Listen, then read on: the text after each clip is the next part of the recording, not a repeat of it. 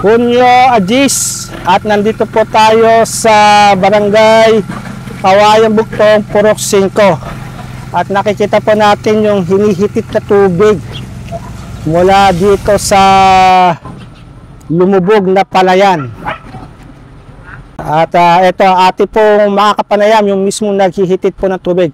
Magandang hapon, kuya. Magandang hapon din po. Ano po pangalan ninyo, kuya? Nilo Ingira po. Opo, kailan pa po kayo naghihitit ng tubig? Nagsimula po ako kaninang umaga. Kaninang umaga? Opo.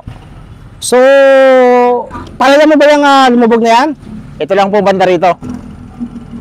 Iba rin po yung may-ari doon sa gawin. Okay lang pa po lumubog itong palayan ninyo? May isang linggo na po Isang linggo na? Opo.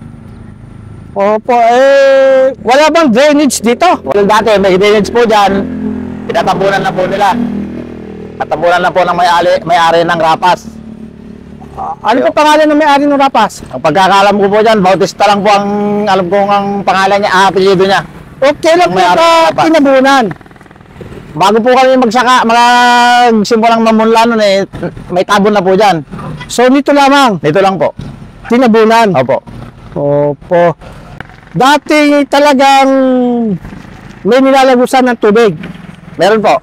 Opo. Yung pinagawa po ng barangay dyan sa may tabi ng Rapas dyan. Pinagawa ng barangay yung drainage? Opo. Ang nangyari, natabunan? Natabunan na po ngayon yung pinakakanal niya. Yung pinakakanal dyan sa may bakanting lote. Bakit po kaya tinabunan? Yun po ang hindi ko alam. Baka magpapatayo na po sila siguro ng building, ng dyan, bahay o ano kaya yung itatayo nila dyan. Ito po bang palay po ninyo, masasalban niyo pa yan? Maaring ito lang po na nagawin dito, pero yung nandun po sa gitna, malabo na po yan. Malabo na? Malabo na po yan. Sino po may-ari ng palayan na yun? Si Mang Boy po, na Silvestre yung may-ari nung nandun sa dulo, yung nalusaw doon. Oh. Silvestre rin po may-ari dito, pero Edgar pala. Opo. May-ari dyan. So mga ilang hektarya po? Bali mga 4 na hektarya po yan. Baka meron kayong nais sabihin doon sa nagtabon ng drainage?